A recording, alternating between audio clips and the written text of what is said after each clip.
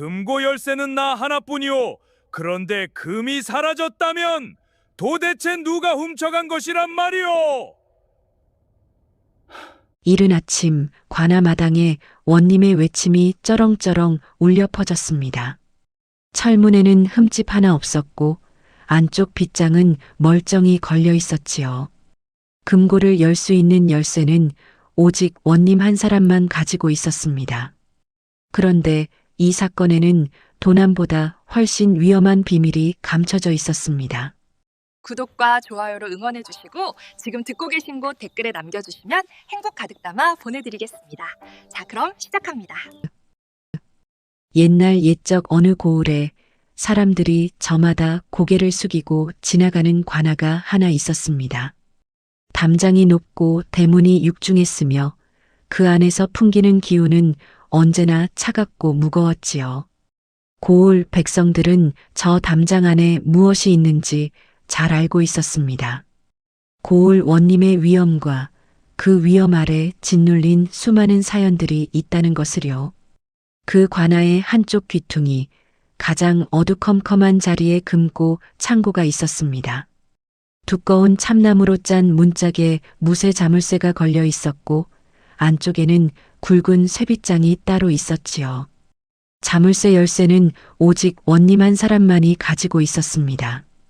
창고 안에는 이 고을 백성들에게서 거둔 곡물이 들어 있었는데 가을 수확이 끝난 직후라 올해 들어 가장 많은 금이 쌓여 있던 참이었지요. 그런데 어느 가을날 새벽 그 금고가 텅 비어버렸습니다. 관아 마당에 나졸들이 우르르 모여들었고 원님은 얼굴이 하얗게 질린 채 창고 앞에 서 있었습니다. 문은 안에서 잠겨 있었고 열쇠는 원님의 허리춤에 그대로 매달려 있었지요. 창문이라고는 사람 주먹도 들어가지 않을 만큼 작은 환기구 하나뿐이었습니다. 누군가 들어온 흔적도 나간 흔적도 없었습니다.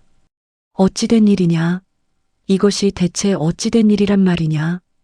원님의 목소리가 관아 담장을 넘어 저작거리까지 울렸습니다. 나졸들은 서로 눈치만 보며 고개를 조아렸고 비장 엄씨만이 침착한 표정으로 원님 곁에 서 있었지요. 엄씨의 입꼬리가 아주 살짝 보일 듯 말 듯 올라갔다가 내려갔습니다. 그것을 눈치챈 사람은 아무도 없었습니다. 바로 그날 오후였습니다. 관아 대문 앞에 사내 하나가 나타났습니다. 짙은 회색 포이에 허리띠를 단단히 동여맨 차림이었지요. 어깨가 넓고 턱이 각진 얼굴에 눈매가 어찌나 날카로운지 처음 보는 사람은 말을 붙이기가 쉽지 않아 보였습니다. 입술은 꾹 다물고 있었고 걸음걸이는 느리지만 묵직했습니다. 그 뒤를 따라오는 젊은 나졸이 하나 있었는데 이쪽은 영 딴판이었지요. 키가 훤칠하고 눈이 크며 표정이 시시각각 바뀌는 것이 속내가 얼굴에 다 드러나는 사내였습니다. 연한 갈색 두루마기 단추 하나가 빗둘게 잠겨 있었지만 본인은 아는지 모르는지 개의치 않아 보였지요. 앞선 사내의 이름은 도감이었습니다. 그리고 뒤따르는 젊은이는 막동이라 불렸지요. 도감은 원래 포도청 소속 나졸이었습니다. 젊었을 때부터 사건을 보는 눈이 남달랐고 범인의 발자국 하나, 손자국 하나를 보고도 사람의 됨됨이를 읽어내는 능력이 있었지요. 그러나 몇 해 전 전임 원님의 비리를 눈치채고 직언을 올렸다가 억울하게 파직을 당했습니다. 그때의 기억이 도감의 눈을 더 차갑게 만들었고 사람을 쉽게 믿지 않는 성품을 만들었지요. 얼마 전에야 복직이 되었는데 복직 첫날부터 이 사건을 맡게 된 것이었습니다.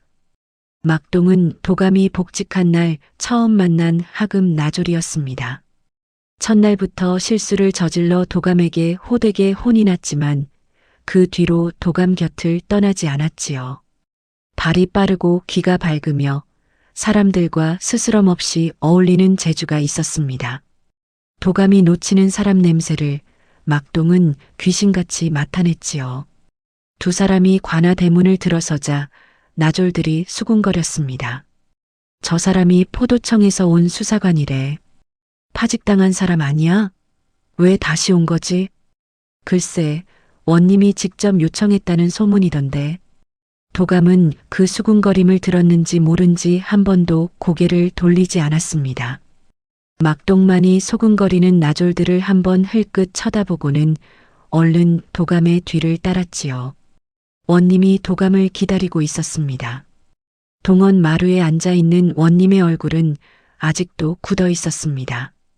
배가 나오고 얼굴이 붉은 편인 원님은 평소에는 목소리 크고 위압적인 인물이었지만 오늘은 눈빛이 흔들리고 있었지요. 도감이라 하였느냐? 이번 사건을 맡아주기 바란다. 사흘 안에 범인을 잡아야 하느니라. 사흘이요. 그렇다. 사흘 후면 감사 어른께서 이 고을을 순시하러 오신다. 그 전에 이 일이 해결되지 않으면 나도 곤란해진다. 도감은 아무 대답도 하지 않았습니다. 그저 원님의 얼굴을 한동안 바라보다가 천천히 고개를 끄덕였지요. 막동은 그 모습을 보며 침을 꿀꺽 삼켰습니다. 사흘, 열쇠도 없이 잠긴 금고에서 금이 사라진 사건을 사흘 안에 풀어야 했습니다. 도감이 현장으로 향하는 길에 복도 한쪽에서 노인 하나가 마당을 쓸고 있었습니다. 백발의 등이 굽었지만 손놀림은 규칙적이고 흐트러짐이 없었지요. 비지를 하는 손마디가 굵고 거칠었습니다. 도감이 그 앞을 지나치려는 순간 노인이 쓸던 손을 멈추고 낮은 목소리로 말했습니다. 눈에 보이는 것이 전부가 아니니라. 도감이 걸음을 멈추고 노인을 바라보았습니다. 노인은 다시 마당을 쓸기 시작했고 그 맑은 눈빛은 도감 쪽을 향하지 않았지요. 저분이 누굽니까? 막동이 지나가는 나졸을 붙잡아 물었습니다. 아, 저분? 노사령 최 씨라고 이 관아에서 40년을 일하신 분이야. 금고 담당 사령이셨는데 오늘 아침 사건이 나고부터는 그냥 마당만 쓸고 계시더라고. 도감은 노인의 뒷모습을 한동안 바라보았습니다. 40년. 이 관아에서 40년을 일한 사람이 왜 지금 저 자리에서 저 말을 했을까요? 그때였습니다. 도감의 눈이 가늘어졌습니다. 금고 창고 앞에 섰을 때 도감은 한동안 아무 말도 하지 않았습니다. 막동은 그 옆에 서서 괜히 헛기침만 했지요. 창고는 생각보다 작았습니다. 크기가 가로 2발, 세로 3발 남짓한 공간에 두꺼운 참나무 문이 달려 있었고 문 바깥에는 무쇠 자물쇠가 걸려 있었습니다. 자물쇠를 열어보시오. 원님 곁에 서 있던 비장 엄씨가 부하 나졸에게 눈짓을 했습니다. 나졸이 원님에게서 열쇠를 받아 자물쇠를 열었지요. 철컥 하는 소리와 함께 무거운 문이 열렸습니다. 도감이 안으로 들어갔습니다. 창고 안은 텅 비어 있었습니다. 바닥에는 나무 괴짝들이 놓여 있어야 할 자리가 있었는데 모두 비어 있었지요. 벽을 따라 선반이 있었고 거기도 마찬가지였습니다. 도감은 무릎을 꿇고 바닥을 천천히 살폈습니다. 막동이 문가에 서서 목을 빼고 들여다보았지요. 뭔가 있습니까, 나으리? 조용히 하게. 도감의 손가락이 자물쇠 쪽으로 움직였습니다. 자물쇠 구멍 주변을 천천히 훑더니 멈췄습니다. 도감이 그 자리에서 코를 가져다 댔습니다. 그러고는 고개를 들어 엄씨를 바라보았지요. 이 자물쇠 최근에 기름칠을 했소? 기름칠이요? 엄씨의 눈썹이 미미하게 움직였습니다. 관아에서 자물쇠에 기름칠을 하는 경우가 있기는 하지요. 녹이 슬지 않게. 언제 했소? 글쎄요, 제가 직접 관리하는 것이 아니라서. 도감은 더 묻지 않았습니다. 자물쇠 구멍 가장자리에 아주 얇게 손가락으로 문지르지 않으면 보이지 않을 만큼 가늘게 기름 자국이 남아 있었지요. 새로운 기름이었습니다. 냄새가 아직 날 정도였으니까요. 자물쇠 구멍에 기름을 바른다. 도감의 머릿속에서 무언가가 딸깍하고 맞물리는 느낌이 있었지만 아직은 조각이 부족했습니다. 그는 자리에서 일어나 창고 밖으로 나왔습니다. 막동. 예, 나으리. 오늘 밤 이 창고 주변에 있는 집들을 돌아다니게. 어젯밤 이상한 것을 보거나 들은 사람이 있는지 알아봐. 예? 지금 당장 말입니까? 날이 저물어 가는데. 어두워질수록 사람들이 더 솔직하게 말하는 법이야. 막동이 어깨를 축 늘어뜨리며 투덜거렸습니다. 파직됐다가 복직한 첫날부터 야간 탐문이라니. 나으리, 제가 나으리 곁에 붙은 게 복인지 화인지 모르겠습니다. 둘 다 아닐 수도 있지. 도감이 걷기 시작했습니다. 막동이 불이 나게 그 뒤를 따랐지요. 해가 기울어 관아 마당에 긴 그림자가 드리워졌습니다. 도감은 다시 한번 창고 쪽을 돌아보았습니다. 금고 앞에서 마당을 쓸던 노사령 최 씨는 이미 사라진 뒤였지요. 그 자리에는 빗질 자국만 남아 있었습니다. 눈에 보이는 것이 전부가 아니니라. 그 말이 도감의 귓가에 다시 울렸습니다. 40년을 이 관아에서 일한 사람이 사건이 난 날 아침에 수사관에게 건넨 한마디. 우연이라기엔 너무 정확한 자리에서 너무 정확한 말이었습니다. 도감은 발걸음을 멈추지 않았습니다. 그러나 머릿속에서는 이미 실 하나가 풀리기 시작하고 있었지요.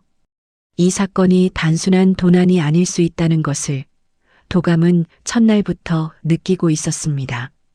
문제는 그 실의 끝이 어디로 이어지는지 아직은 아무도 모른다는 것이었습니다.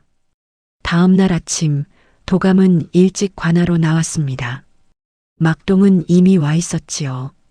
눈 아래 다크서클이 진하게 내려앉아 있었고 두루마기 단추는 오늘도 빗둘게 잠겨 있었습니다.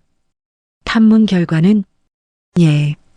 창고 근처 주막을 운영하는 노파가 있는데요. 어젯밤 관아 쪽에서 희미한 불빛을 봤다고 합니다. 삼경쯤이라고 하더군요. 삼경. 도감이 잠시 생각했습니다. 삼경이면 한밤중이었지요. 관아는 이경 이후로는 불을 끄는 것이 원칙이었습니다. 불빛의 방향이 어디였다고 하던가? 창고 쪽은 아니었다고요. 좀 더 안쪽 동원 뒤편이라고 했습니다. 도감의 눈이 가늘어졌습니다. 동원 뒤편이라면 원님의 사랑채와 가까운 방향이었지요. 그 사실을 머릿속에 담아두고 도감은 우선 인물들부터 파악하기로 했습니다. 이 관아에는 원님 이하로 비장 엄씨, 그리고 금고 담당 사령인 노사령 최 씨, 나졸 12명이 소속되어 있었습니다. 금고에 드나들 수 있는 인물은 원칙상 원님 한 명뿐이었지만 실무적으로 금고 관리를 담당하는 노사령은 안쪽 빗장 열쇠를 갖고 있었지요. 즉 금고를 완전히 열려면 원님의 자물쇠 열쇠와 노사령의 빗장 열쇠 두 가지가 모두 필요한 구조였습니다. 막동, 그 두 열쇠를 각자 언제부터 가지고 있었는지 알아봐. 예, 알겠습니다. 막동이 종종 걸음으로 사라지는 것을 보며 도감은 비장 엄씨를 찾아갔습니다. 엄씨는 자신의 집무 공간에 앉아 문서를 들여다보고 있었습니다. 도감이 들어서자 고개를 들었지요. 눈이 가늘고 입꼬리가 늘 올라가 있는 얼굴이었습니다. 비웃는 것인지 웃는 것인지 알 수 없는 표정이었지요. 수사가 잘 되고 있소? 천천히 살피고 있습니다. 사흘밖에 없소? 빨리 움직여야 하지 않겠소? 도감은 자리에 앉으며 엄씨를 똑바로 바라보았습니다. 그날 밤 어디 계셨소? 나를 의심하는 것이오? 엄씨의 입꼬리가 더 올라갔습니다. 불쾌함인지 여유인지 구분이 되지 않았지요. 모든 사람에게 묻는 절차입니다. 집에 있었소? 집사람이 증인이 되어줄 것이오. 집사람이 증인이라면 가장 믿기 어려운 증언이기도 했습니다. 도감은 더 캐묻지 않고 자리에서 일어났습니다. 이번에는 노사령 최 씨를 찾았습니다. 노사령은 창고 옆 작은 방에 앉아 있었지요. 방 안에는 낡은 명부 묶음과 문서들이 정갈하게 쌓여 있었습니다. 40년 세월이 담긴 기록들이었지요. 앉으시오. 노사령이 먼저 말했습니다. 목소리는 낮고 잔잔했지요. 어젯밤 어디 계셨습니까? 집에 있었소. 금고 빗장 열쇠는 항상 지니고 계십니까? 그렇소. 사건이 난 이후에도 열쇠가 그대로 있었습니까? 있었소. 짧고 명확한 답이었습니다. 도감은 노사령의 얼굴을 살폈습니다. 백발의 구분 등. 그러나 눈빛은 흔들리지 않았지요. 두려움도 없었고 당황함도 없었습니다. 담담하다고 하기에는 너무 고요하고 체념했다고 하기에는 너무 맑은 눈빛이었습니다. 어제 저에게 하신 말씀 기억하십니까? 기억하오. 그 말씀의 뜻을 여쭤봐도 되겠습니까? 노사령은 잠시 침묵했습니다. 창 밖에서 바람이 불어왔고 마른 나뭇잎이 마당을 굴렀지요. 눈에 보이는 것만 믿는 사람은 가장 중요한 것을 놓치는 법이요. 그리고 더 이상 말하지 않았습니다. 도감은 물러나왔습니다.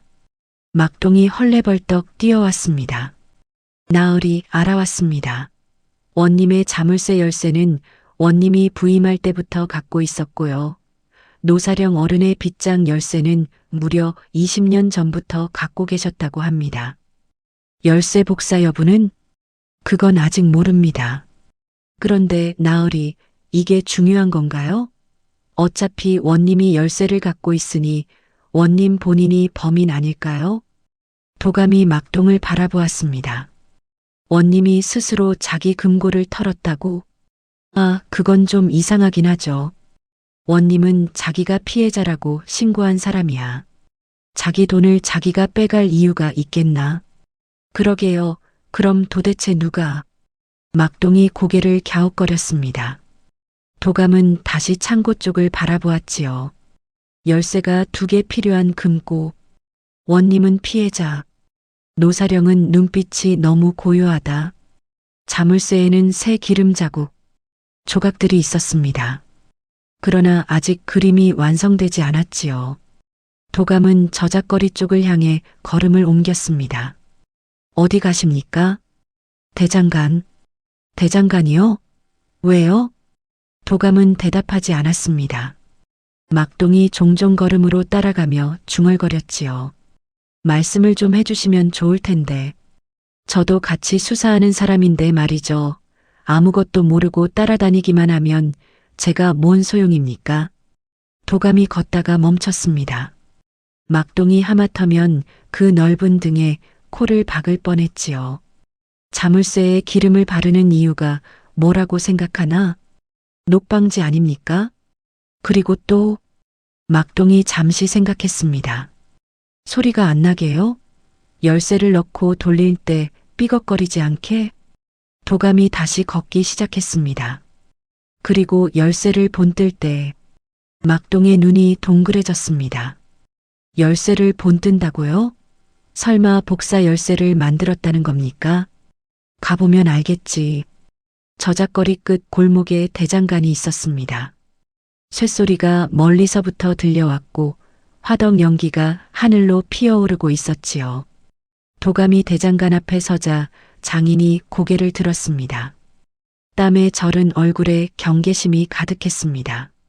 무슨 일이요? 도감은 품에서 종이 하나를 꺼냈습니다. 금고 자물쇠를 대략 그린 그림이었지요.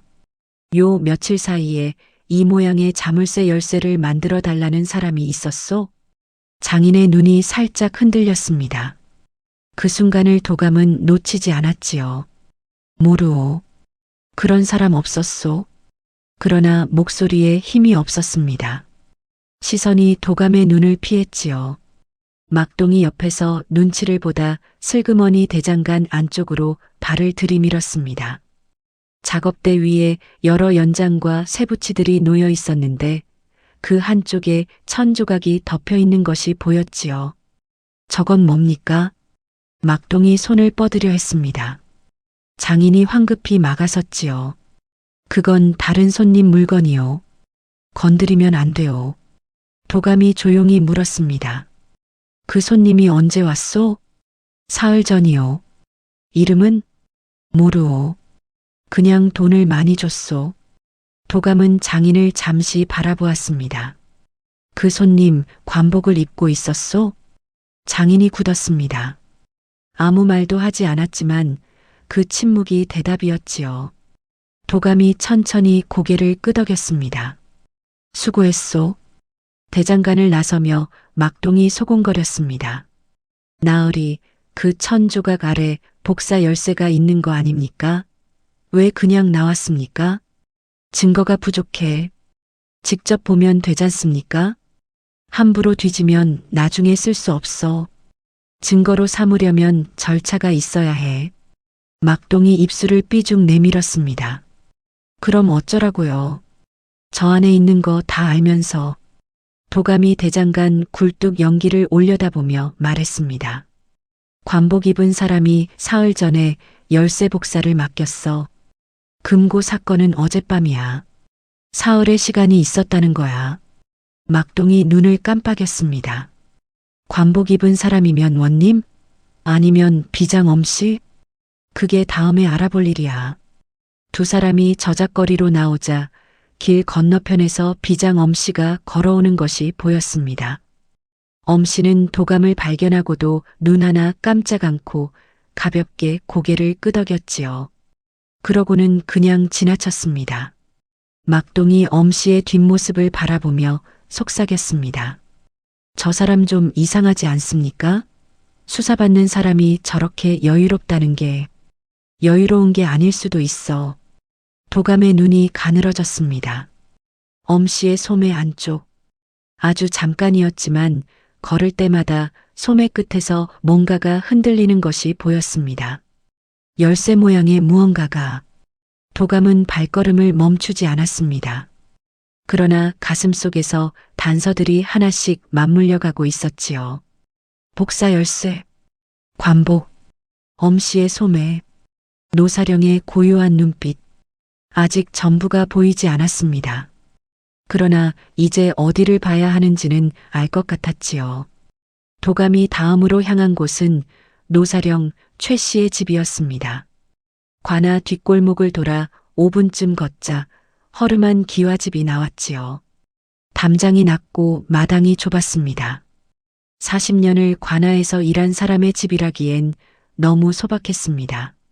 막동이 마당 안을 힐끔거렸습니다. 나으리, 여기서 뭘 보려고요? 노사령이 집에 있는지 확인해. 막동이 대문을 두드렸습니다. 한참 만에 노사령이 나왔지요. 도감을 보더니 표정 하나 변하지 않았습니다.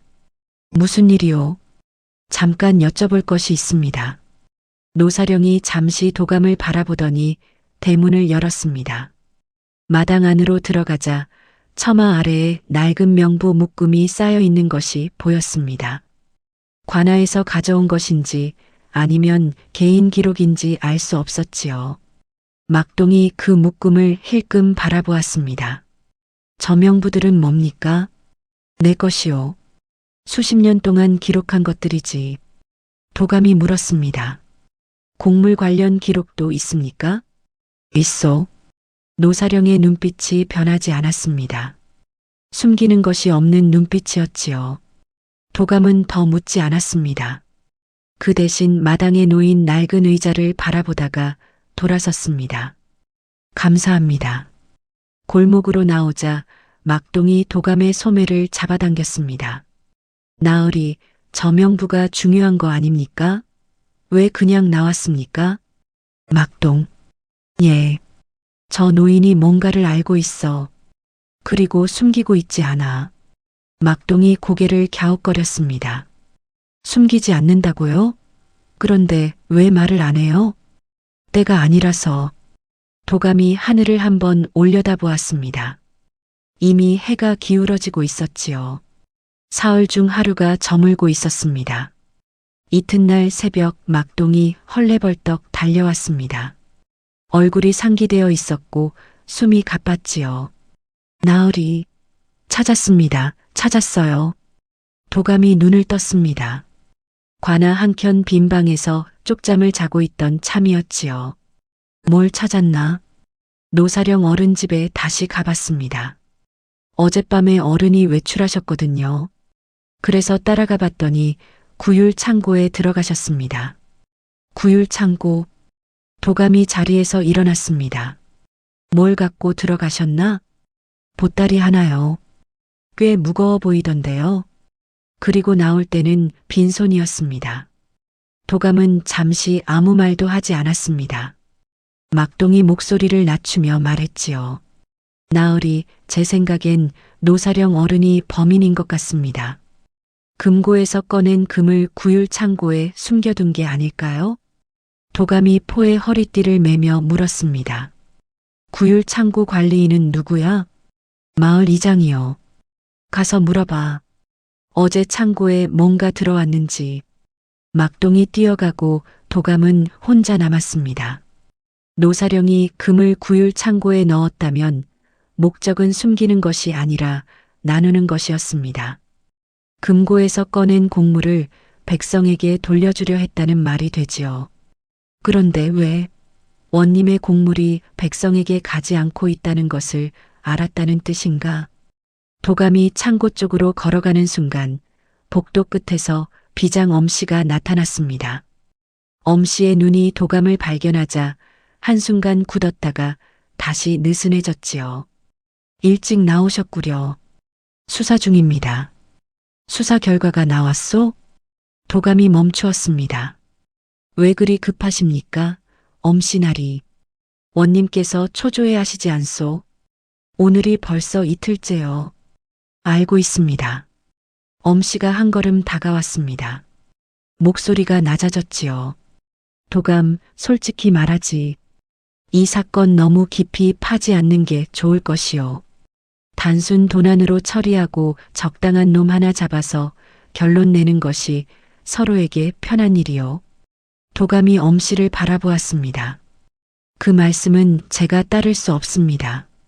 파직됐다가 겨우 복직한 처지에 너무 무리하는 것 아니오?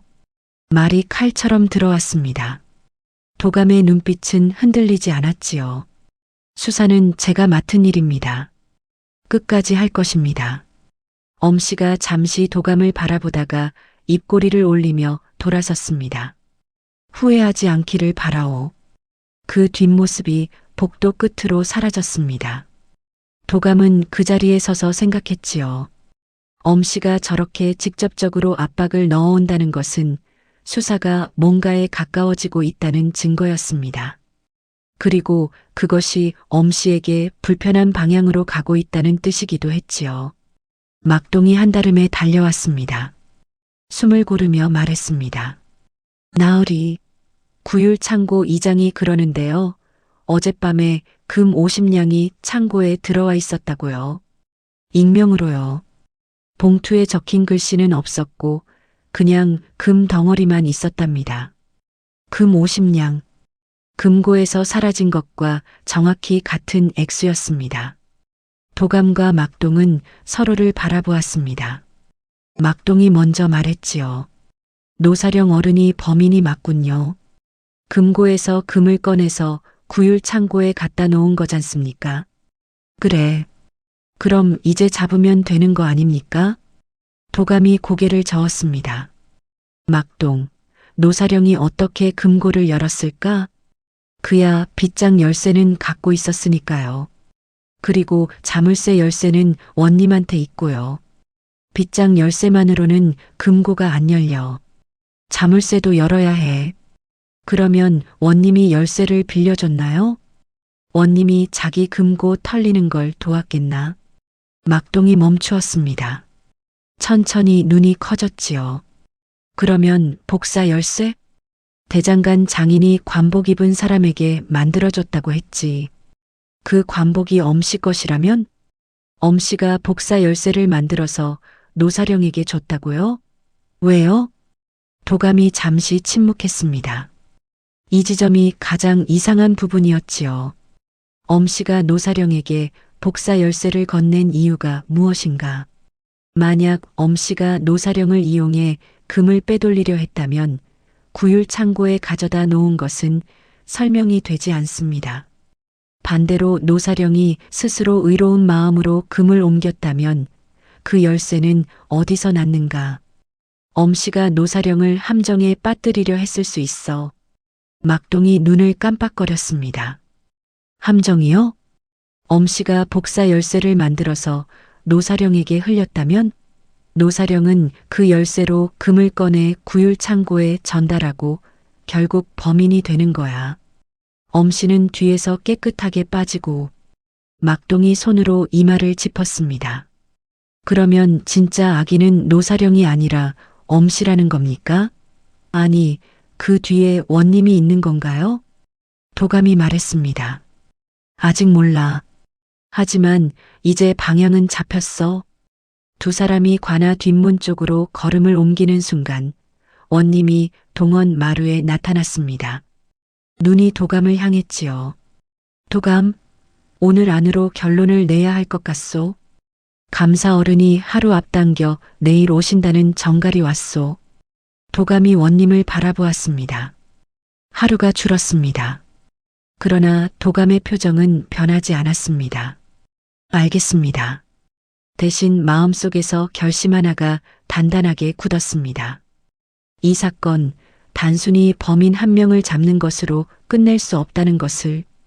진짜 이야기는 이제부터 시작이었습니다. 그날 오후 도감은 막동을 저작거리로 내보내고 혼자 관아 기록실로 들어갔습니다. 먼지가 쌓인 문서들 사이에서 곡물 관련 장부를 꺼냈지요. 올해 가을 거둔 곡물의 내역과 구율 창고로 배분되어야 할 금액이 적혀 있었습니다. 도감이 숫자를 훑었습니다. 곡물로 거둔 금은 100냥이었습니다.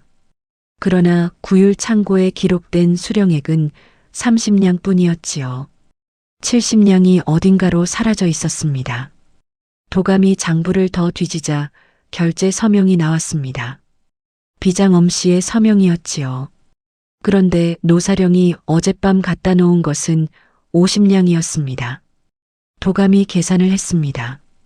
원래 구율 창고로 가야 했던 70냥 중 50냥을 노사령이 되돌린 것이었지요. 완전한 복구는 아니지만 노사령은 자기가 움직일 수 있는 최대치를 가져간 셈이었습니다. 금고에 있던 50냥, 그것이 전부였을 테니까요. 백성이 굶고 있다는 것을 알고 있었겠지. 도감이 눈을 감았다가 떴습니다. 40년 동안 이 관아에서 곡물 장부를 봐온 사람. 백성에게서 거둔 것이 어디로 흘러가는지 누구보다 잘 아는 사람. 그리고 자기 힘으로는 막을 수 없어서 마지막에 선택한 방법이 저금고 열쇠였던 것이지요. 막동이 뛰어왔습니다. 나으리, 저작거리에서 소문을 들었는데요. 이 고을에 올해 들어 굶는 집이 부쩍 늘었답니다. 가을 수확이 끝났는데도 구율 창고가 충분히 풀리지 않아서요. 알아. 막동이 도감의 얼굴을 살폈습니다. 나으리, 표정이 좀 다른데요. 뭔가 알아내셨습니까? 도감이 장부를 덮었습니다. 노사령을 만나야겠어. 두 사람이 다시 노사령의 집으로 향했습니다.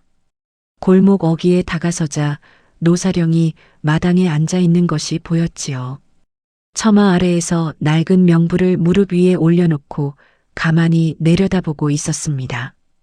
도감이 대문 앞에 섰습니다. 최씨 어른.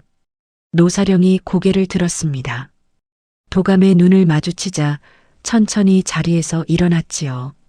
들어오시오. 마당에 들어서자 도감이 낮은 목소리로 말했습니다. 어젯밤 구율 창고에 다녀오셨지요. 노사령은 부인하지 않았습니다. 그저 고개를 끄덕였지요. 어떻게 하셨소? 막동이 따라갔습니다. 노사령이 막동을 바라보았습니다. 막동이 어깨를 움츠렸지요. 노사령이 낮게 웃었습니다. 웃음이라기보다는 한숨 같은 소리였지요. 열쇠는 어디서 구하셨습니까? 노사령의 눈빛이 흔들렸습니다. 처음으로 흔들리는 것을 도감이 보았지요. 그러나 노사령은 이내 다시 눈빛을 가라앉혔습니다. 그것은 말하기 어렵소. 도감이 노사령의 눈을 바라보았습니다. 오랜 침묵이 흘렀지요. 마당의 낙엽이 바람에 구르는 소리만 들렸습니다. 말씀하지 않아도 됩니다. 막동이 옆에서 깜짝 놀랐습니다. 도감이 왜 포기하는지 이해가 되지 않았지요. 그러나 도감은 계속 말했습니다. 대신 하나만 여쭤보겠습니다. 그 열쇠 직접 구하셨습니까? 아니면 누군가가 건넨 것입니까? 노사령의 눈빛이 또 한 번 미세하게 움직였습니다. 건넨 것이요. 도감이 고개를 끄덕였습니다. 그 한마디로 충분했지요. 누군가가 복사 열쇠를 노사령에게 건넸다. 노사령은 그 열쇠로 금을 꺼내 백성에게 돌려주었다. 그리고 이제 노사령은 그 열쇠를 건넨 사람을 지키려 아무 말도 하지 않고 있는 것이었습니다. 도감이 마당을 나서며 말했습니다. 잘 들어가십시오. 골목으로 나온 막동이 도감의 팔을 잡았습니다. 나으리, 이게 무슨 상황입니까? 범인을 찾고 있는 건지 봐주고 있는 건지. 도감이 걸음을 멈추었습니다. 막동, 범인이 노사령이 맞아. 하지만 그 뒤에 더 큰 범인이 있어. 그걸 잡아야 해. 더 큰 범인이라면 열쇠를 건넨 사람, 그리고 곡물 70냥을 빼돌린 사람. 막동이 눈을 크게 떴습니다. 그게 엄씨입니까? 장부에 엄씨 서명이 있어. 하지만 엄씨 혼자서는 못해. 위에서 허락이 있어야 하지. 막동이 천천히 고개를 끄덕였습니다. 그러고는 목소리를 낮추었지요. 설마 원님입니까? 도감이 대답하지 않았습니다. 그 침묵이 답이었지요. 막동이 침을 삼켰습니다. 그러면 지금 우리가 원님을 잡으러 가는 겁니까? 증거가 있어야 해. 아직 하나가 부족해. 바람이 차가워졌습니다. 저녁이 가까워지고 있었고 감사 어른이 오는 날까지 이제 하루도 남지 않았습니다. 도감이 하늘을 한번 바라보고 고개를 숙였습니다. 생각이 빠르게 돌아가고 있었지요. 부족한 증거 하나. 그것은 노사령에게 열쇠를 건넨 사람이 엄씨라는 것을 직접적으로 증명하는 것이었습니다. 대장간 장인이 입을 열어야 했습니다. 그날 밤 막동은 혼자 대장간으로 돌아갔습니다. 도감이 시킨 것이 아니었지요. 낮에 장인의 눈빛이 자꾸 마음에 걸렸습니다. 겁에 질린 것처럼 보였거든요. 무서워서 말 못하는 사람이라면 무서움보다 더 강한 것을 보여줘야 입이 열리는 법이었습니다. 막동이 대장간 문을 두드렸습니다. 이미 불은 꺼져 있었고 장인은 자려던 참인 듯 했지요. 문이 열리자 장인이 인상을 찡그렸습니다. 또 왔소? 할 말이 없다고 했잖소. 장인 어른, 저 나쁜 사람 아닙니다. 막동이 마당 안으로 슬그머니 들어섰습니다. 그냥 여쭤보고 싶은 게 있어서요. 그 관복 입은 손님이 어른한테 뭔가 위협을 했습니까?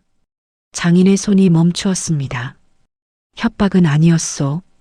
다만 함부로 말하면 일이 커진다고 했소. 어떻게 커진다고요? 내 대장간이 세금 체납이 있다고. 그걸 들어 관아에 고발하겠다고. 막동이 고개를 끄덕였습니다. 그러셨군요. 그 사람이 엄씨라는 비장날이 맞습니까? 장인이 한동안 침묵했습니다. 그러다 낮게 말했지요. 맞소. 그 양반이 와서 자물쇠 본을 떠서 열쇠를 만들어 달라 했소. 만들고 나서 나한테 눈 딱 감으라고 했소. 막동이 품에서 종이를 꺼냈습니다. 이 내용을 직접 적어주실 수 있겠습니까? 날짜랑 어른 이름이랑 엄씨가 시켰다는 것만요. 장인이 종이를 바라보다가 천천히 손을 내밀었습니다. 다음 날 이른 아침 막동이 그 종이를 들고 도감 앞에 나타났습니다. 도감이 종이를 읽었지요. 아무 말 없이 다 읽고 나서 막동을 바라보았습니다. 잘했네. 막동이 입이 귀에 걸렸습니다. 도감에게서 처음 듣는 칭찬이었지요. 그렇죠? 저도 할 수 있지 않습니까? 나으리가 다 하시는 게 아니라 앞으로도 이렇게 해. 예. 그런데 나으리, 이제 엄씨를 잡으면 됩니까? 도감이 고개를 저었습니다. 엄씨가 자기 멋대로 이런 일을 꾸몄을 리 없어. 원님의 허락이 있었을 거야. 하지만 원님이 허락했다는 증거가 없잖습니까? 있어. 장부에 70냥이 사라진 것을 원님이 서명한 결제 문서가 있어. 엄씨 혼자 처리할 수 없는 금액이야. 막동이 생각에 잠겼습니다. 그러면 원님이 공물을 빼돌리려 했고 엄씨가 실무를 맡았고 노사령 어른은 그걸 알고 금을 구율 창고에 돌려주려고 한 거고요. 근데 그 열쇠를 엄씨가 만들어서 노사령 어른에게 줬다는 게 이상하지 않습니까? 엄씨가 왜 노사령 어른을 도와줍니까? 도감이 말했습니다. 도운 게 아니야. 함정을 판 거야. 노사령이 백성을 위해 금을 꺼낼 거라는 걸 엄씨가 미리 알았던 거지. 노사령은 40년 동안 곡물 기록을 봐왔으니까 이번에도 분명 움직일 거라고 예상했겠지. 그래서 복사 열쇠를 슬쩍 노사령 손에 들어가게 만들어서 노사령이 스스로 범인이 되도록 한 거야. 막동이 입을 벌렸습니다. 그러면 노사령 어른은 알면서 걸린 겁니까? 도감이 창 밖을 바라보았습니다. 몰랐을 수도 있어. 아니면 알면서도 갔을 수도 있고. 그 말이 막동의 가슴에 무겁게 내려앉았습니다. 알면서도 갔다는 것은 백성을 위해서라면 자기가 범인이 되어도 좋다고 결심했다는 뜻이었지요. 두 사람이 노사령에 대한 이야기를 나누고 있을 때 막동이 문득 생각난 듯 말했습니다. 나으리, 어제 노사령 집에서 낡은 명부 본 거 기억하십니까? 제가 잠깐 훑어봤는데요. 그 안에 수십 년치 구율 기록이 다 있더라고요. 어느 해에 얼마가 들어오고 얼마가 나갔는지. 도감이 멈추었습니다. 그게 지금 노사령 집에 있어? 예. 그 명부를 확보해야 해. 그게 증거야. 막동이 곧 노사령의 집으로 달려갔습니다. 도감은 그 자리에서 전직 훈장 박 씨를 찾아 나섰습니다. 노사령의 오랜 벗이라 들었지요. 인근 서당에서 물러난 늙은 훈장이라 했습니다. 서당은 관아에서 걸어서 10분 거리에 있었습니다. 마당에 들어서자 허름한 옷차림의 노인이 마루에 앉아 책을 읽고 있었지요. 도감이 인기척을 내자 노인이 고개를 들었습니다. 니시오. 포도청 수사관 도감이라 합니다. 노사령 최 씨 어른과 친분이 있으신 분을 찾아왔습니다. 훈장 박 씨의 눈이 잠시 도감을 살폈습니다. 최 씨 일로 왔군요. 들어오시오. 마루에 앉자 훈장 박 씨가 먼저 말을 꺼냈습니다. 최 씨는 내가 아는 사람 중에 가장 올곧은 사람이요. 40년 동안 단 한 번도 제 입속을 챙긴 적이 없어요. 봉급이 쥐꼬리만 해도 불평 한마디 없이 그 일을 했지요. 노사령 어른이 이번 일을 어떻게 생각하셨을지 아십니까? 훈장 박 씨가 잠시 침묵했습니다. 최 씨가 입버릇처럼 하는 말이 있었소. 백성이 굶으면 하늘이 노한다고. 그 양반은 곡물이 제대로 쓰이지 않는다는 것을 알고 있었소. 몇 해 전부터 원님이 부임한 후로 구율 창고에 들어오는 양이 부쩍 줄었거든요. 최 씨가 그 장부를 보고 얼마나 속을 끓였을지 도감이 물었습니다. 노사령이 어떤 행동을 할 거라고 예상하셨습니까? 훈장 박 씨가 도감을 바라보았습니다. 당신은 이미 다 알고 있는 것 같구려. 도감이 고개를 숙였습니다. 훈장 박 씨가 낮은 목소리로 말했지요. 최 씨는 말로는 막을 수 없는 사람이요. 행동으로 보여주는 사람이니까. 그리고 그 행동에 대한 결과도 받아들일 준비가 되어 있는 사람이요. 도감이 자리에서 일어나며 물었습니다. 혹시 증인이 되어 주실 수 있겠습니까? 노사령 어른이 어떤 사람인지, 그 행동의 동기가 무엇인지에 대해서요. 훈장 박 씨가 잠시 생각하더니 고개를 끄덕였습니다. 최 씨를 위해서라면 그렇게 하리다. 도감이 마당을 나서는데 뒤에서 훈장 박 씨의 목소리가 들렸습니다. 수사관 날이, 예, 최 씨를 잡으러 온 게 아닌 것 같소. 진짜 범인은 따로 있다고 생각하는 거지요? 도감이 돌아보지 않고 대답했습니다. 그렇습니다. 막동이 노사령의 집에서 명부를 들고 돌아왔습니다. 숨이 차 있었지요. 나으리 명부 가져왔습니다. 그런데 노사령 어른이 저한테 이걸 주셨어요. 막동이 조심스럽게 명부 묶음을 내밀었습니다. 도감이 묶음을 펼쳤지요. 낡고 빛이 바랜 종이들 위에 빼곡하게 숫자들이 적혀 있었습니다. 곡물 수령액, 구율 창고 지출액, 그리고 매 항목마다 날짜가 적혀 있었지요. 도감이 올해 항목을 펼쳤습니다. 곡물 100량 중 구율 창고에 들어온 것은 30량, 나머지 70량은 빈칸이었습니다. 노사령이 손수 표시해둔 물음표 하나가 그 빈칸 옆에 있었지요. 노사령 어른이 이걸 직접 표시하신 겁니까? 예. 저한테 주시면서 이렇게 말씀하셨어요. 이것이 내가 말할 수 있는 전부요라고. 도감이 명부를 덮었습니다. 노사령은 자기가 직접 말하지 않겠지만 이 명부로 모든 것을 증명하겠다는 뜻이었지요. 수십 년을 지켜온 사람의 마지막 방법이었습니다. 그때 막동이 소매를 잡아당겼습니다. 나으리, 저기. 관아 담장 쪽을 바라보자 비장 엄씨가 나졸 2명을 데리고 이쪽으로 걸어오고 있었습니다. 엄씨의 눈이 막동이 들고 있는 명부 묶음에 꽂혔지요. 순간 엄씨의 발걸음이 빨라졌습니다. 그 명부 어디서 났소? 막동이 뒤로 한 발 물러났습니다. 도감이 앞으로 나섰지요. 수사 과정에서 확보한 증거물입니다. 그건 관아 물건이요. 수사관이 함부로 가져갈 수 없소. 관아 물건이라면 관아에서 보관하면 되지요. 제가 관아 기록실에 보관하겠습니다. 엄씨의 눈이 가늘어졌습니다. 내가 직접 보관하겠소. 수사 중인 증거물은 수사관이 관리합니다. 그게 규칙입니다. 팽팽한 침묵이 흘렀습니다. 엄씨가 나졸들에게 눈짓을 했지요. 나졸들이 천천히 막동 쪽으로 다가갔습니다. 막동이 명부를 가슴에 꽉 끌어안았습니다. 이거 놓으면 안 됩니다. 이거 놓으면 안 돼요. 도감이 조용히 말했습니다. 손대지 마시오. 목소리에 새 같은 울림이 있었지요. 나졸들이 멈추었습니다. 엄씨가 도감을 바라보았습니다. 입꼬리가 올라가 있었지만 눈은 웃고 있지 않았지요. 도감, 당신 참 고집스럽구려. 복직한 지 며칠이나 됐다고. 사흘 됐습니다.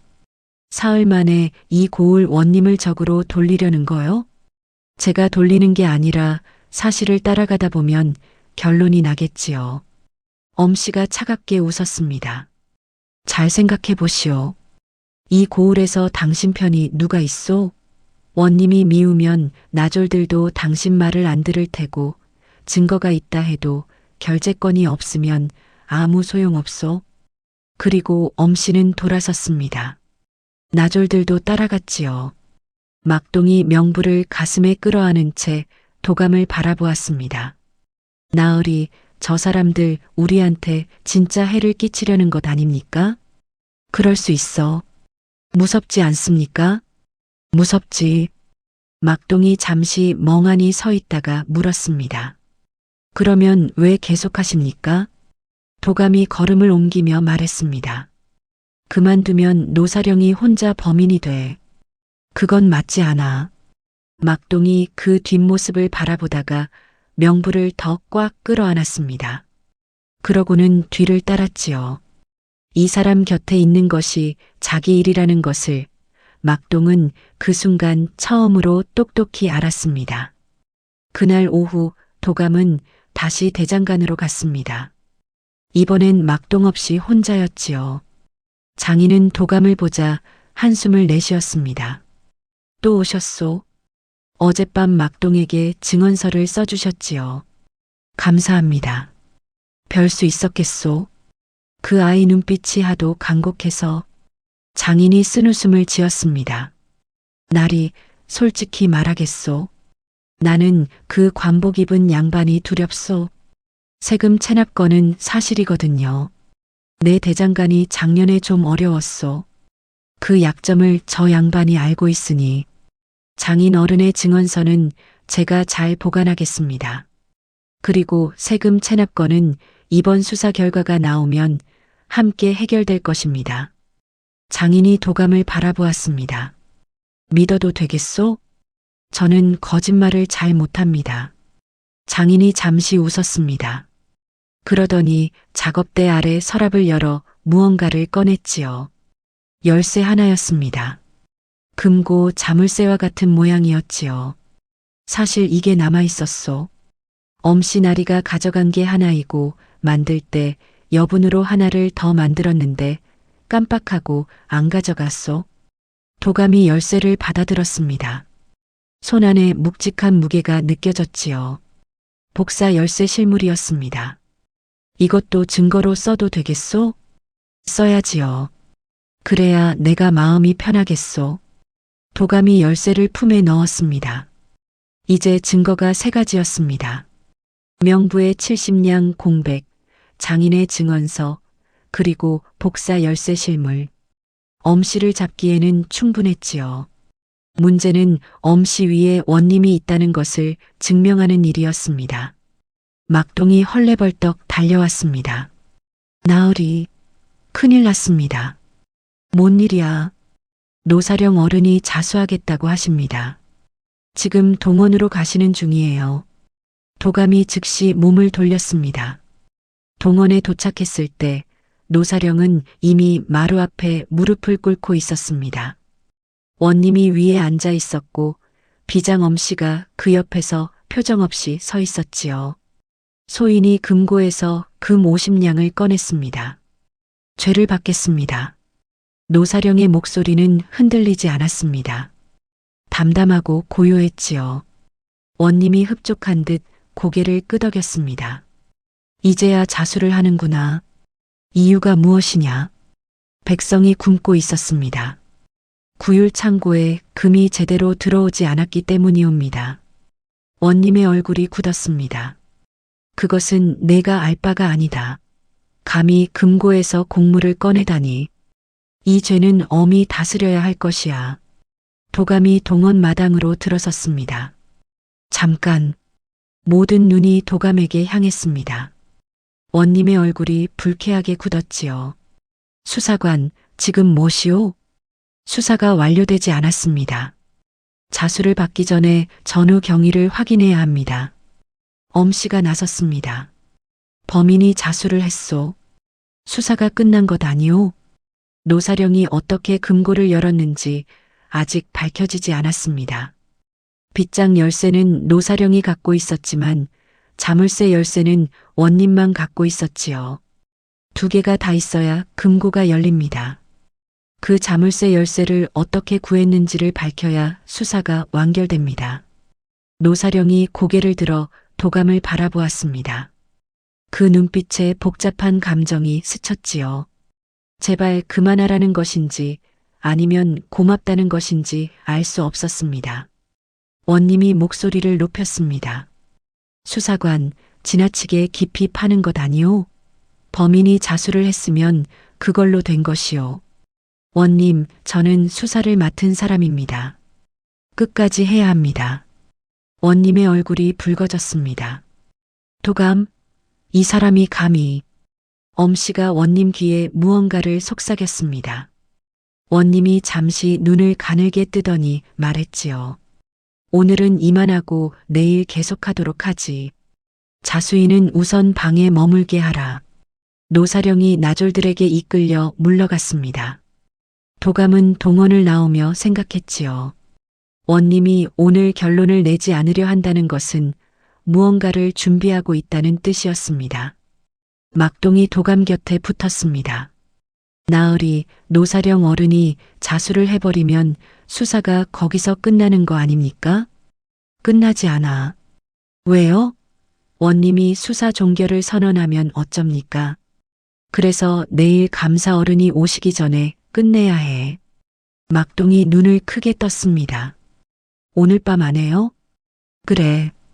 도감이 하늘을 올려다보았습니다. 별이 뜨기 시작하고 있었지요. 노사령은 혼자 자수를 결심했습니다. 자기 한 몸으로 이 사건을 덮으려 한 것이지요. 그것이 그 노인의 방식이었습니다. 그러나 도감은 그 방식을 따를 수 없었습니다. 진짜 범인이 멀쩡히 위에 앉아 있는데 의로운 사람이 혼자 죄를 뒤집어 쓰는 것은 도감이 참을 수 없는 일이었습니다. 막동이 조용히 물었습니다. 나으리, 어떻게 하실 겁니까? 도감이 대답하는 대신 품에서 복사 열쇠를 꺼냈습니다. 달빛에 반짝이는 쇠붙이를 막동이 바라보았지요. 이게 있어. 복사 열쇠요. 이걸 만든 사람의 증언서도 있어. 노사령 어른의 명부도 있고. 막동이 고개를 끄덕였습니다. 증거가 3개네요. 근데 문제가 하나 있어. 막동이 눈썹을 올렸습니다. 이 증거들이 엄씨를 잡는 데는 충분해. 하지만 원님이 공모했다는 것은 장부 서명 하나뿐이야. 원님이 버티면 엄씨가 단독으로 한 일이라고 발뺌할 수 있어. 막동이 잠시 생각하더니 말했습니다. 그러면 엄씨가 입을 열어야 하는 거네요. 그래. 어떻게요? 도감이 막동을 바라보았습니다. 엄씨한테 배신당할 사람이 누구일 것 같나? 막동이 천천히 고개를 기울였습니다. 그러다 눈이 커졌지요. 원님? 원님이 위기에 처하면 엄씨를 희생양으로 쓸 거야. 엄씨도 그걸 알고 있을 거고. 그럼 엄씨가 먼저 원님을 팔 수 있다는 겁니까? 도감이 고개를 끄덕였습니다. 내일 감사 어른 앞에서 판이 벌어질 거야. 그 판에서 엄씨가 어떤 선택을 하느냐가 결정하겠지. 막동이 복사 열쇠를 바라보다가 말했습니다. 나으리, 저는 나으리 믿습니다. 도감이 아무 말하지 않았습니다. 그러나 걷던 발걸음이 아주 조금 막동 쪽으로 가까워졌지요. 밤이 깊어졌습니다.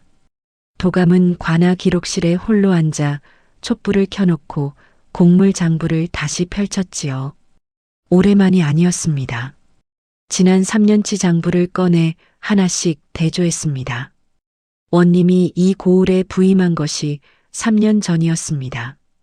그 이전 장부와 이후 장부를 비교하자 숫자들이 확연히 달랐지요. 부임 이전에는 곡물의 70% 이상이 구율 창고로 들어갔습니다. 그런데 부임 이후부터 점점 줄어들어 올해는 30%만 들어가 있었습니다. 3년. 그 3년 동안 노사령은 이 장부를 보며 무슨 생각을 했을까요? 도감이 눈을 감았습니다. 40년을 근무한 사람. 다른 원님들 아래서도 좋은 시절도 나쁜 시절도 다 견뎌온 사람. 그런데 3년 전부터 변해버린 숫자들을 보며 매일 속을 끓였겠지요. 직원을 올릴 수도 없었을 것입니다. 나졸 신분으로 원님에게 직원을 올리면 그게 도감이 파직됐던 방법과 다를 게 없으니까요. 그래서 선택한 것이 행동이었습니다. 막동이 기록실 문을 빼꼼히 열었습니다. 나으리, 아직 안 주무십니까? 앉아도 돼. 저도 안 잘게요. 막동이 들어와 도감 맞은편에 앉았습니다. 잠시 장부를 들여다보다가 말했지요. 나으리, 이거 보면 진짜 화가 납니다.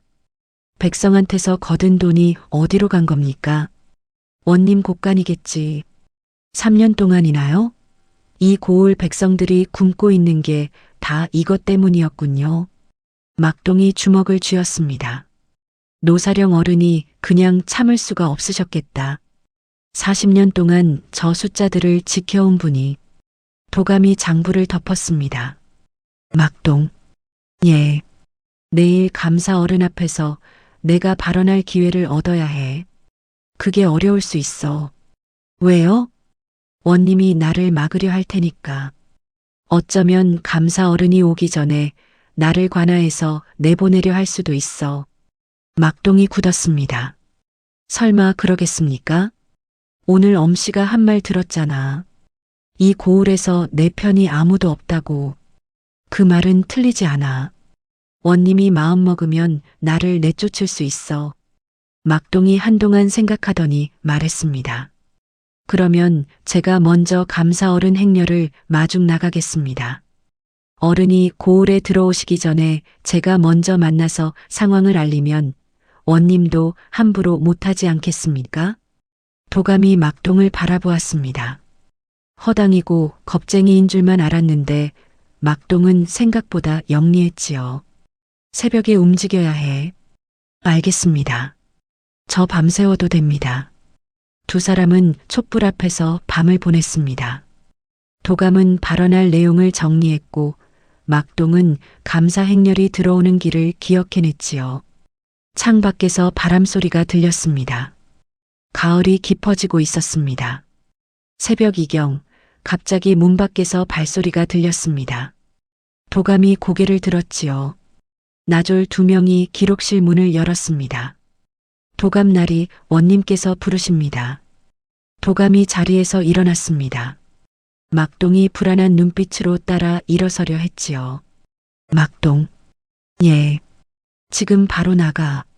막동이 눈을 깜빡였습니다. 지금 당장요? 감사 어른 행렬. 지금 움직여야 해. 막동이 잠시 도감을 바라보다가 고개를 끄덕였습니다. 그러고는 뒷문으로 빠져나갔지요. 도감은 나졸들과 함께 동원으로 향했습니다. 원님이 기다리고 있었습니다. 등불이 켜진 동원 안에 원님과 엄씨가 앉아 있었지요. 나졸들이 도감 뒤에서 문을 닫았습니다. 도감 앉으시오. 원님의 목소리가 이상하게 부드러웠습니다. 도감이 자리에 앉지 않고 서 있었지요. 수사 결과를 보고하러 오신 겁니까? 그렇소. 범인은 노사령이요. 동기는 자백에 나온 대로이고 내일 감사 어른이 오시면 이 결론으로 보고할 것이요. 도감이 말했습니다. 수사 결과가 다릅니다. 다르다니? 노사령은 열쇠가 없었습니다. 그 열쇠를 만들어 건넨 사람이 따로 있고 그 사람의 명을 받아 공물을 빼돌린 계획이 있었습니다. 동원 안이 조용해졌습니다. 원님의 얼굴이 천천히 굳어갔지요. 그 말은 지금 나를 지목하는 것이요? 엄씨가 자리에서 일어났습니다. 도감, 지금 원님께 불경을 저지르는 것이요. 이자를 당장 옥에 가둬야겠소. 나졸들이 움직이려 했습니다. 도감이 품에서 복사 열쇠를 꺼내 들었지요. 이 열쇠를 보십시오. 그 순간 엄씨의 얼굴에서 처음으로 여유가 사라졌습니다. 이 열쇠가 뭐란 말이오? 원님이 목소리를 낮추었습니다. 억지로 차분하게 누르려는 것이 느껴졌지요. 금고 자물쇠 복사 열쇠입니다. 고을 대장간 장인이 만들었습니다. 누가 맡겼는지 증언서도 있습니다. 도감이 품에서 대장간 장인의 증언서를 꺼냈습니다. 원님이 엄씨를 바라보았지요. 엄씨의 입꼬리가 더 이상 올라가 있지 않았습니다. 엄씨, 저는 그런 일 없습니다. 엄씨의 목소리가 조금 떨렸습니다. 원님의 눈이 차갑게 가늘어졌지요. 이 수사관이 거짓을 꾸미고 있는 것이요. 파직 전력이 있는 자가 복직 첫날부터 원님을 흠집 내려는 것이니 이자를 당장 옥에 가두시오. 나졸들이 도감 쪽으로 다가왔습니다. 도감이 뒤로 물러서지 않았지요. 파직 전력을 말씀하시는군요. 전임 원님에게 직언했다가 쫓겨난 것입니다. 이번에도 같은 이유로 같은 일이 반복될 수 있겠지요. 하지만 지금 제 손에 있는 것들은 없애지 못하십니다. 원님이 자리에서 일어섰습니다. 이자를 끌어내라. 나졸 2명이 도감의 팔을 잡았습니다. 도감은 버티지 않았지요. 끌려가면서도 손에 쥔 열쇠와 증언서를 놓지 않았습니다. 내일 감사 어른 앞에서 다시 말씀드리겠습니다. 동원문이 닫혔습니다. 도감은 관아 한켠 빈 창고에 가둬졌지요. 문 밖에 나졸 하나가 지키고 섰습니다. 도감은 빈 창고 바닥에 앉았습니다. 어둠 속에서 손에 쥔 열쇠의 감촉을 느꼈지요. 빼앗기지 않은 것이 다행이었습니다. 그러나 이 창고에 갇혀 있는 동안 내일 감사 어른이 와서 수사 결과를 보고하는 자리에 자기가 없을 수 있었습니다. 막동이 지금쯤 감사 행렬을 만났을까? 도감은 그것만 생각했지요. 시간이 흘렀습니다. 얼마나 지났는지 알 수 없었습니다. 창고 안은 깜깜했고 바람이 차가웠지요. 그때 창고 문 밖에서 소곤거리는 소리가 들렸습니다. 나졸이 누군가와 이야기하는 소리였지요. 이어서 문이 살짝 열렸습니다. 빛이 비집고 들어왔지요. 노사령이었습니다. 백발에 구부정한 등, 손에 작은 촛불을 들고 있었지요. 나졸이 뒤에서 망을 봐주고 있었습니다. 40년 동안 이 관아를 지켜온 노인이었으니 나졸들 중에도 노사령을 따르는 사람이 있었던 것이지요. 괜찮으시오? 노사령이 낮게 물었습니다. 괜찮습니다. 노사령이 도감 앞에 앉았습니다. 촛불이 두 사람의 얼굴을 비췄지요. 그만하시오. 도감이 노사령을 바라보았습니다. 나는 이미 자수를 했소. 내일 결론이 나면 그걸로 끝이오. 당신이 여기서 더 파고들면 당신만 다치오. 노사령 어른, 내 나이가 62이오. 이 관아에서 40년을 일했소. 이제 죄인이 되는 것도 두렵지 않소. 그런데 당신은 아직 젊은 사람이오. 다시 파직되면 이번엔 복직이 안 될 수도 있어. 도감이 잠시 침묵했습니다. 어른, 제가 이 수사를 포기하면 진짜 범인이 멀쩡히 남습니다. 3년 더, 5년 더 같은 일이 반복될 것입니다. 다음에 어른 같은 사람이 또 나타날 수 있겠습니까? 노사령의 눈빛이 흔들렸습니다. 당신이 그걸 막을 수 있다고 생각하오? 막지 못할 수도 있습니다. 그래도 해야 합니다. 노사령이 오랫동안 도감을 바라보았습니다. 촛불이 흔들렸지요. 눈에 보이는 것이 전부가 아니라고 했소. 도감이 고개를 끄덕였습니다. 그 말이 저를 이 방향으로 이끌었습니다. 노사령이 천천히 자리에서 일어났습니다. 문 쪽으로 가다가 멈추더니 말했지요. 막동이라는 그 젊은 나졸, 새벽에 관아 뒷문으로 빠져나가는 것을 봤소. 알고 있습니다. 빠른 아이더군. 노사령이 나갔습니다. 문이 다시 닫혔지요. 도감은 다시 어둠 속에 혼자였습니다. 그러나 아까보다 마음이 조금 가벼웠습니다. 새벽이 지나고 날이 밝아왔습니다. 창고 문이 열렸지요. 나졸이 들어왔습니다. 감사 어른 행렬이 고을에 들어오셨습니다. 도감이 자리에서 일어났습니다. 나는 어찌 됩니까? 원님이 내보내라 하셨습니다. 감사 어른 앞에서 소란을 피울까 봐서요. 내보내라는 것은 관아 밖으로 쫓아내라는 뜻이었습니다. 감사 어른과 대면도 못하게 하려는 것이었지요. 도감이 걸음을 옮겼습니다. 나졸이 등 뒤를 따랐지요. 관아 대문 앞에 다다랐을 때 대문 바깥에서 막동의 목소리가 들렸습니다. 여기 있습니다. 저 사람입니다. 도감 나으리. 막동이 사람들을 헤치고 뛰어왔습니다. 그 뒤에 하얀 수염의 노인이 천천히 걸어오고 있었지요. 감사 어른이었습니다. 그 옆에는 관리 여럿이 따르고 있었습니다. 막동이 도감 앞에 섰습니다. 숨을 헐떡이며 말했지요. 새벽부터 기다렸습니다. 감사 어른께 말씀드렸어요. 수사관이 이 고을에 있고 중요한 증거를 갖고 있다고요. 감사 어른이 도감 앞에 섰습니다.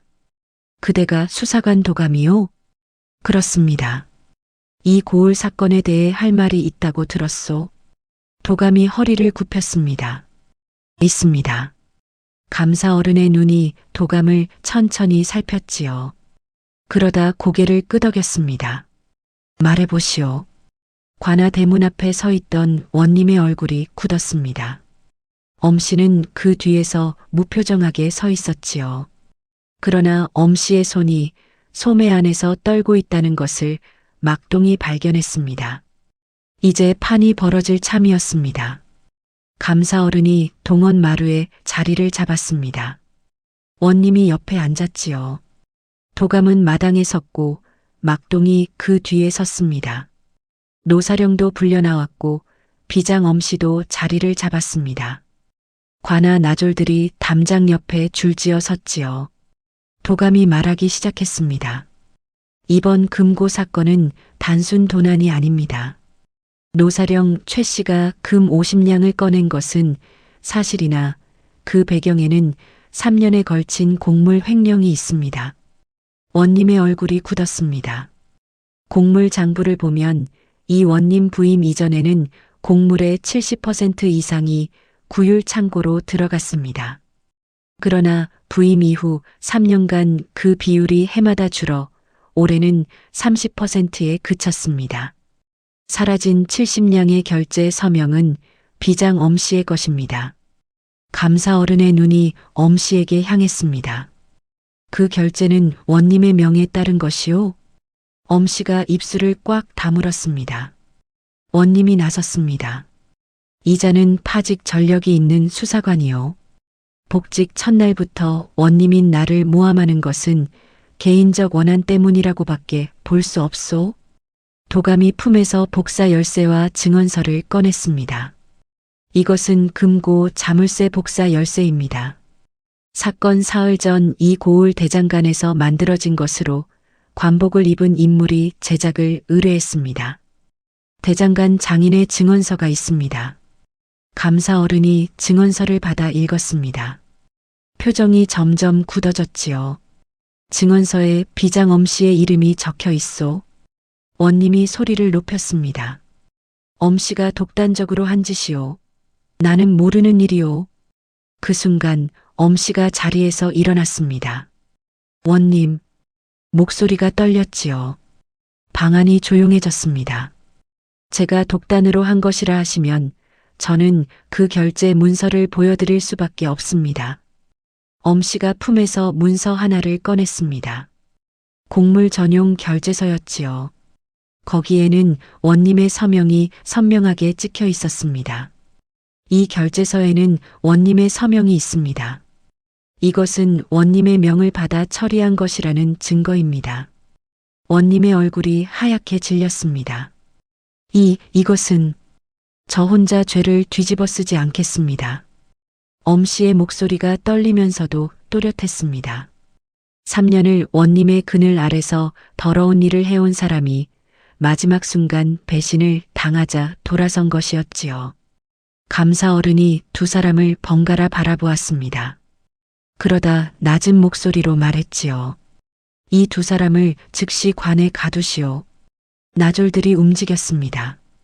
원님이 소리쳤지요. 나는 이 고을 원님이요. 감히 이 무슨 짓이오. 그러나 더 이상 그의 목소리를 들어주는 사람은 없었습니다. 원님과 엄씨가 나졸들에게 이끌려 동원을 빠져나갔지요. 마당에 정적이 흘렀습니다. 감사 어른이 도감을 바라보았습니다. 수고하셨소.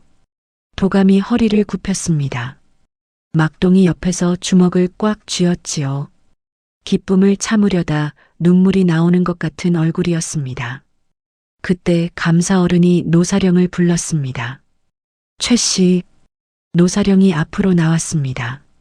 금고에서 금을 꺼낸 것은 사실이요? 사실입니다. 그 금이 지금 어디 있소? 구율 창고에 있습니다. 한 냥도 손대지 않았습니다. 감사 어른이 오래 침묵했습니다. 그러더니 입을 열었지요. 그 행동은 법도에 어긋난 것이요. 하지만 동기는 가상하오.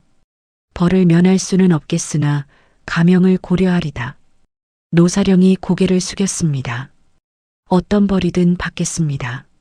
그 목소리에는 두려움도 억울함도 없었습니다. 그저 담담함만 있었지요. 40년을 올곧게 살아온 사람만이 가질 수 있는 담담함이었습니다. 도감은 그 모습을 바라보며 눈을 천천히 내리깔았습니다. 가슴 어딘가가 뜨거웠지요. 사건이 마무리된 것은 해가 중천에 뜰 무렵이었습니다. 원님과 엄씨는 감사 어른의 명에 따라 압송되었고 관아에는 감사 어른의 부관이 임시로 자리를 잡았지요. 구율 창고에는 노사령이 가져다 놓은 50냥에 더해 그동안 빼돌려진 곡물의 나머지 금액도 추가로 돌아오게 되었습니다. 저작거리에 소문이 퍼지는 데는 반나절도 걸리지 않았습니다. 원님이 잡혀갔다는 소식이 고을 전체에 퍼지자 사람들이 하나둘과나 앞으로 모여들었지요. 막동이 그 풍경을 바라보며 말했습니다. 나으리 사람들이 다 나왔습니다. 아이들도요. 도감이 창 밖을 내다보았습니다. 저작거리 백성들이 관아 앞에 서서 웅성거리고 있었지요. 누군가가 노사령의 이름을 불렀습니다. 그 이름이 퍼지자 여기저기서 같은 이름이 불렸습니다. 노사령 최씨, 40년을 이 관아에서 일해온 사람의 이름이었지요. 노사령은 아직 관아 안에 있었습니다. 가명을 기다리는 중이었지요. 도감이 노사령이 머무는 방으로 향했습니다. 문을 열자 노사령이 창 밖의 소리를 듣고 있었습니다. 사람들이 자기 이름을 부르는 것을 듣고 있었지요. 눈이 붉어져 있었습니다. 그 눈빛이 처음으로 흔들렸지요. 도감이 문가에 서서 말했습니다. 들립니까? 들리오. 노사령의 목소리가 작았습니다. 어른이 40년 동안 지켜온 것을 저 사람들이 알고 있었던 겁니다. 노사령이 입술을 꾹 다물었습니다. 눈에서 무언가가 흘러내릴 것 같은 얼굴이었지요. 그러나 그 사람은 울지 않았습니다. 그저 고개를 한번 끄덕였지요. 도감이 방을 나왔습니다. 막동이 복도에서 기다리고 있었습니다. 나으리, 이제 뭐 하십니까? 도감이 걷기 시작했습니다. 관아 마당을 가로질러 금고 창고 쪽으로 향했지요. 창고 앞에 서자 처음 이곳에 왔을 때가 떠올랐습니다. 텅 빈 금고 앞에서 자물쇠의 기름 자국을 발견하던 순간이요. 눈에 보이는 것이 전부가 아니니라. 노사령이 처음 건넨 말이었습니다. 그때 도감은 그 말이 무슨 뜻인지 몰랐지요. 사건이 복잡하니 잘 보라는 조언인가 싶었습니다. 그러나 지금 와서 생각하면 그 말에는 더 깊은 뜻이 담겨 있었습니다. 눈에 보이는 것이 전부가 아니라는 것은 도감 자신에 대한 말이기도 했습니다. 파직 전력, 복직 첫날, 아무도 편을 들지 않는 상황. 겉으로 보이는 것만으로는 도감이 이 수사를 끝낼 수 없어 보였지요. 그러나 진짜 힘은 다른 곳에 있었습니다.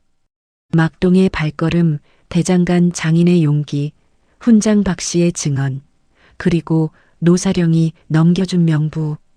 눈에 잘 보이지 않는 것들이 모여서 사건을 해결한 것이었습니다. 도감이 자물쇠를 손바닥으로 한번 짚었습니다. 차갑고 단단한 쇠의 감촉이었지요. 그러고는 돌아섰습니다. 막동이 물었습니다.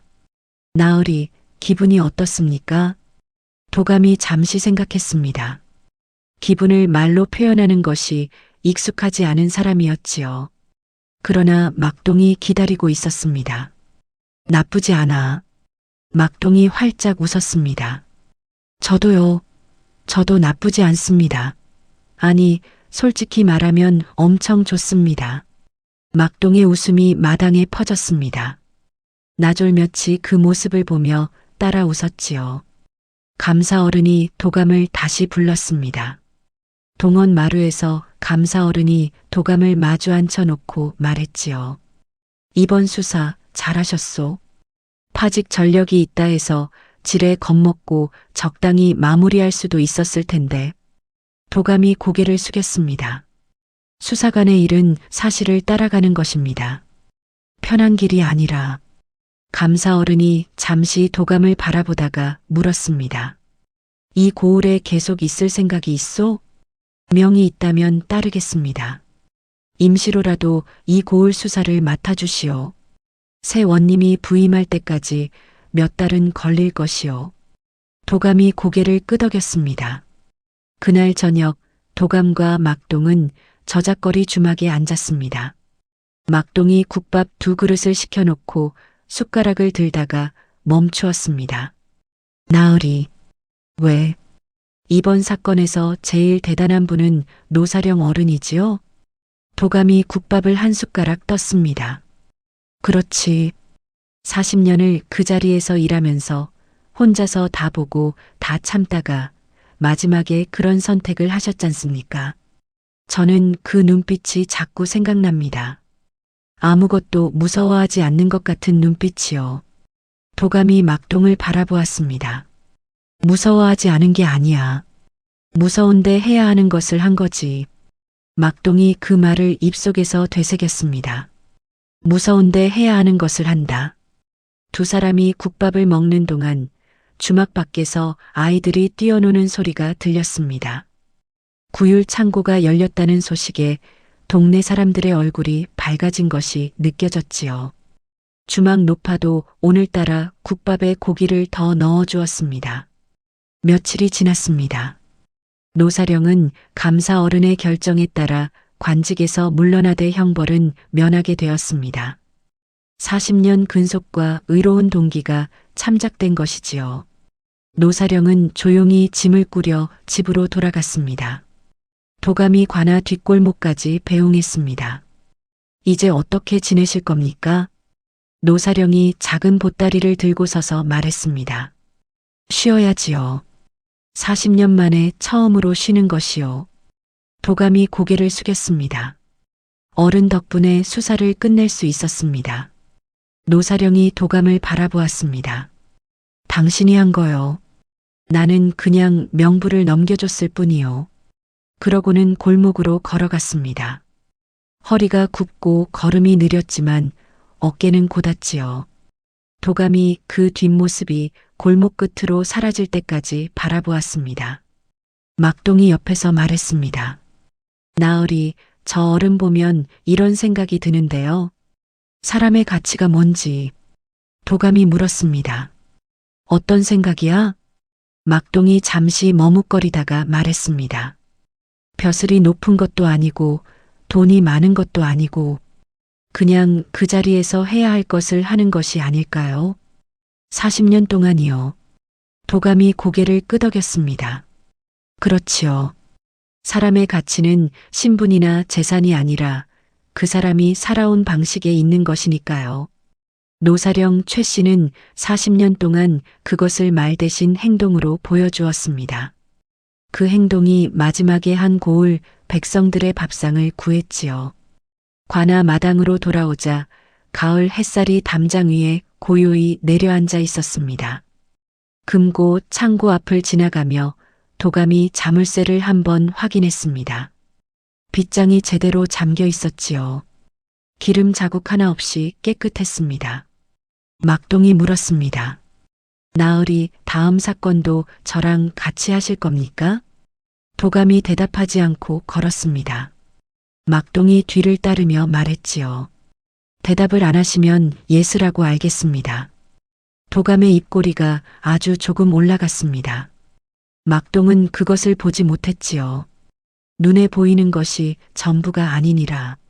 그 말이 이 고을 어딘가에 조용히 남아있을 것 같은 날이었습니다. 바람이 마른 나뭇잎을 굴리며 지나갔습니다. 사람의 가치는 태어난 자리가 아니라 살아온 방식에 있는 것이니 그 작은 자리에서 할 일을 다 하고 사라진 이름은 언제까지나 사람들의 가슴 속에 남는 법입니다. 다음 영상을 빠르게 만나보시려면 좋아요와 구독을 눌러주세요. 지금 화면에 나오는 더 재미있는 영상들도 함께 해주세요. 그럼 모두 행복한 하루 보내세요. 감사합니다.